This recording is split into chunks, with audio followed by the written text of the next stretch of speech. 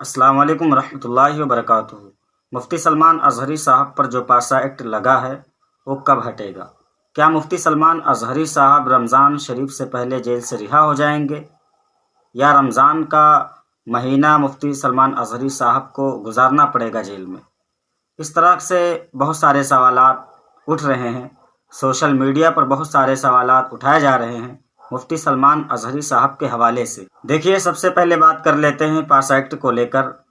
देखिए, पासा एक्ट जो है तो खुद ब खुद तो हटेगा नहीं। कलेक्टर ने जो पासा एक्ट आप पर लगाया है वो खुद ब खुद तो हटने वाला है नहीं, और ना ही हमारे प्रदर्शन से ना ही हमारे एहतजाज से। तक के मुफ्ती सलमान अजहरी साहब के वकील हाई कोर्ट का दरवाज़ा नहीं खटखटाती तो हाई कोर्ट के कार्रवाई में कम से कम 15 से 20 दिन तक लग सकते हैं, तब जाके कोई फैसला सुनाता है हाई कोर्ट। हाई कोर्ट भी इसे रिजेक्ट करता है तो जाना पड़ेगा सुप्रीम कोर्ट, और सुप्रीम कोर्ट की कार्रवाई में कम से कम 1 से 1.5 महीना लग जाएगा। कहा यह जा रहा है कि मुफ्ती सलमान अजहरी साहब को तकरीबन आधा महीना जेल के अंदर गुजारना पड़ेगा, या फिर हो सकता है कि पूरे 1 महीने जेल के अंदर ही रहें। लेकिन ये पासा एक्ट हटेगा कैसे, इसकी पूरी जानकारी दे रहे हैं हाई कोर्ट के वकील। तो चलिए हाई कोर्ट के वकील की वीडियो देखते हैं।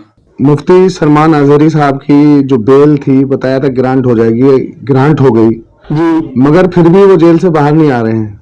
क्यों नहीं आ रहे हैं? पहले की वीडियो में भी आपको बताया था कि जो मशीनरी है इसका मिसयूज किया जा रहा है। जी बिल्कुल बिल्कुल भाई, इनके खिलाफ पासा एक्ट जो है उसके तहत कार्रवाई करी गई। अब पासा है क्या? पासा अधिनियम 1985 क्या है? गुजरात असामाजिक गतिविधियों की रोकथाम अधिनियम 1985 प्रशासन को सार्वजनिक सुरक्षा बनाए रखने के लिए बूटलेगर्स, खतरनाक व्यक्ति, नशीली दवाओं के अपराधियों, अनैतिक तस्करी, अपराधियों और संपत्ति हड़पने वालों को निवारक हिरासत में लेने की अनुमति देता है। तो इसमें एक चीज बताओ, आप ही बताओ कि मुफ्ती साहब क्या कर रहे थे? अनैतिक तस्करी कर रहे थे या बूटलेगर्स? बूटलेगर्स यानी जो अवैध सामान तस्करी वगैरह करते हैं, बूटलेगर्स, उनको बूटलेगर्स बोलते हैं। अच्छा अच्छा। या किसी की संपत्ति हड़प रहे थे, क्या कर रहे थे? जो उन पे पासा एक्ट की कार्रवाई करी गई। जी बिल्कुल बिल्कुल। अननेसेसरी हरासमेंट हो रहा है उनका कि कैसे उनकी हिम्मत को तोड़ दिया जाए, सच बोलने वाला कोई भी न रहे। जी बिल्कुल बिल्कुल। अगर कोई भी व्यक्ति सच बोलता है तो उसके खिलाफ पूरी एक फौज खड़ी कर दी जा रही है। बिल्कुल सही बात है। चलो ठीक है, संविधान है, संविधान का आर्टिकल 19 है, आर्टिकल 14 है। इसमें इक्विटी बिफोर लॉ की जो बात है कि कानून की नजर में सब बराबर है। धर्म, जाति, लिंग, इसके आधार पे कोई भी भेदभाव नहीं किया जाएगा। सब कानून की नजर में सब भारत के नागरिक हैं, चाहे किसी भी धर्म का मानने वाला हो, कोई भी हो। मगर कानून का उपयोग किया जा रहा है, स्वागत है। कानून का उपयोग आप कर रहे हो, स्वागत है, कोई दिक्कत नहीं है, मगर सबके लिए बराबर होना चाहिए। इंसाफ जो होना चाहिए सबके लिए बराबर होना चाहिए। जी बिल्कुल सही कहा आपने। बहुत से एग्जाम्पल मैं आपको दे दूं, आप गूगल सर्च कर लो। ऐसी ऐसी बातें लोग बोलते हैं खतरनाक, एक विशेष कम्युनिटी के लिए, एक विशेष जात के लिए नारे लगाए जाते हैं। उनको आप माला पहना के स्वागत कर रहे हो। अगर कोई और है जिससे आपके विचार नहीं मिल रहे हैं, उसको आप अननेसेसरी हरासमेंट कर रहे हो। अच्छा वकील साहब, एक ये जो पासा एक्ट है मुफ्ती सलमान साहब से पहले किसी और पे लगाया गया है क्या? पासा तो कई लोगों पे लगाया गया। खैर, पासा में अभी एक बहुत फेमस कोरोना टाइम में एक डॉक्टर साहब थे, उनका नाम है डॉक्टर मितेश ठक्कर, गुजरात के ही थे। ठीक है। वो वैक्सीन का कुछ वो लेकर के उन पे लगाया गया था। 106 दिन तक बेचारे जेल में रहे। High court, Gujarat high court ने उन्हें बेल ग्रांट करी। जी जी जी। 106 दिन तक बेचारे रहे जेल में, जैसा कि दिखा रहे हैं इसमें 106 दिन तक थे बेचारे। फिर उनकी बेल ग्रांट हो गई, वो भी गुजरात हाई कोर्ट से। वकील साहब, ये मुफ्ती साहब के साथ ऐसा क्यों हो रहा है? मुफ्ती साहब की आजमाइश चल रही है, कोई इतना बड़ा मैटर नहीं है। ये तो मैटर था फर्स्ट हियरिंग का ही था कि बेल, भाई उसी सेम ऑफेंस में और जगह से बेल ग्रांट हो गई। जी बिल्कुल हो गई। तीसरी थी वो भी ग्रांट हो गई। अब आपने पासा लगा दिया। भाई कल को ये भी पॉसिबिलिटी है कि पासा में आपकी बेल ग्रांट हो, फिर कहीं से कुछ और लग जाए। इनकी लीगल टीम को एक्टिव होना पड़ेगा। एक्टिव है वैसे, क्योंकि कई जगह से बेल ग्रांट कराई है, एक्टिव ना होती तो बेल ही ना होती, खैर। मगर इसमें जाकर के सीधे हाई कोर्ट से वो कराई जाए इनकी, हाई कोर्ट से हो जाती है तो सुपर बेस्ट है, नहीं है तो सुप्रीम कोर्ट है। अच्छा वकील साहब, हाई कोर्ट में हम जो अपील करेंगे इसमें हमारे पास कितना वक्त है कि हम जो है अपील कर सकते हैं? तो इसमें अभी पहले यहाँ से पासा यहाँ से लगी गया, अब टाइम क्या है, अपना है लग गया एक्ट, अब जाकर के वहाँ फाइल करें हाई कोर्ट में। अच्छा वकील साहब, आपने जो बताया अभी डॉक्टर साहब वाला जो मामला हुआ, ये पासा एक्ट जो है ना गलत तरीके से यूज किया जा रहा है, इसके लिए कोर्ट अपना जो है ना कुछ संज्ञान नहीं ले रही क्या? इस बारे में अगर कुछ अपडेट हो कुछ बताइए। भाई पहले भी इसका मिसयूज हुआ है, पासा एक्ट का काफी मिसयूज हुआ है जी। इसमें। अभी कोरोना वैक्सीन के चक्कर में डॉक्टर मितेश ठक्कर जी थे, ठीक है, उन पे भी पासा एक्ट लगा करके जेल में भेजा गया था, जो गुजरात हाई कोर्ट से उनकी बेल ग्रांट हुई। जी जी जी। इसमें एक ऑर्डर है, उसमें 2020 में सितंबर 2020 में गुजरात हाई कोर्ट का एक ऑर्डर आया जिसमें काफी फटकारा है हाई कोर्ट ने। इसमें है गुजरात पासा act a long running saga of misuse and abuse. ठीक है ठीक है।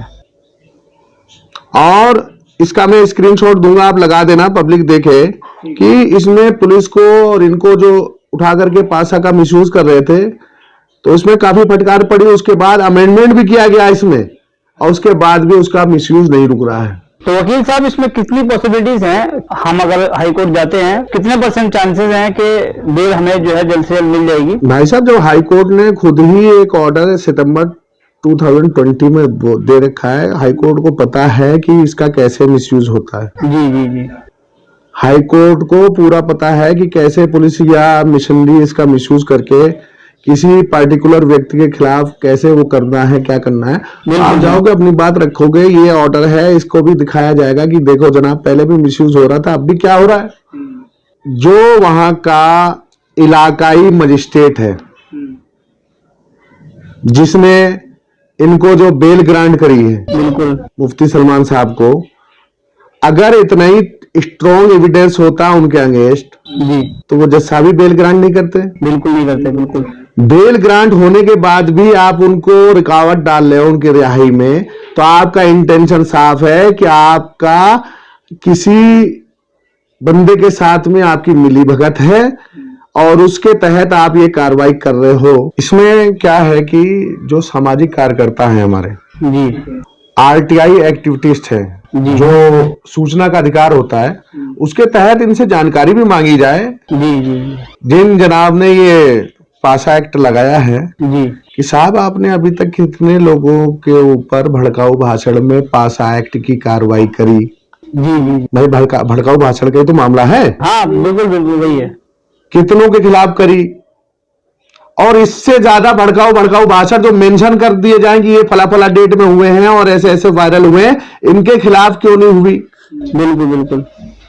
इसमें एक दो सवाल और भी पूछे जाएं कि बहुत से मामले में कॉग्निजेंस लेता है, कोर्ट भी लेता है, कॉग्निजेंस लेते हैं, पुलिस भी लेकर के एफआईआर करती है, क्यों नहीं करी भाई। तो इसमें कई सवाल पूछे जाएं आरटीआई के दायरे में और रिटर्न में दिखाया जाए कि भाई ये आपका कंडक्ट है, अगर करो तो। वही मैं बात करता हूं ना, इक्विटी बिफोर लॉ। जी जी जी, संविधान में साफ साफ है कि कानून की नजर में सब बराबर हैं। बिल्कुल बिल्कुल। धर्म, जाति, लिंग के आधार पे किसी के साथ भेदभाव नहीं किया जाएगा। बिल्कुल बिल्कुल। तो ये भेदभाव क्यों। हमारी बेल भी मिल जाए अगर, तो आप पासा लगा दो और उनके खिलाफ एफआईआर नहीं दर्ज होगी तो बेल का तो मतलब ही नहीं है। वो तो उनको, इसमें एक शब्द है इंग्लिश का, म्यूट कंसेंट। जी जी, चुप रहना। इसमें बहुत से जो अच्छे लोग हैं, ऐसा नहीं है, बहुत से लोग हैं जो खामोश है इस टाइम जी जी जी, कि हमें क्या लेना देना यार, जो हो रहा होने दो। तो ऐसा नहीं है, आप खामोश हो, इसका मतलब इस गलत चीज को आप बढ़ावा दे रहे हो। जी बिल्कुल बिल्कुल। मौन सहमति हिंदी में बोलते हैं, म्यूट कंसेंट। Mute consent. अगर कुछ गलत हो रहा है और आपके अंदर ताकत है, इस्लाम भी यही कहता है कि कुछ गलत हो रहा है, अगर आपके अंदर ताकत है तो उसको रोक दो। जी बिल्कुल सही फरमाया। और नहीं ताकत है तो मन में तौबा करो कि भाई ये गलत हो रहा है। मगर आपके अंदर बहुत से, मैं जानता हूं कि इतने पावरफुल हैं, चाहे तो बहुत कुछ हो सकता है, मगर वो चुप है। वसीम बरेलवी साहब है, उनका शेर है कि उसूलों पे जहां आँच आए टकराना जरूरी है, जी जो जिंदा हो तो फिर जिंदा नजर आना जरूरी है।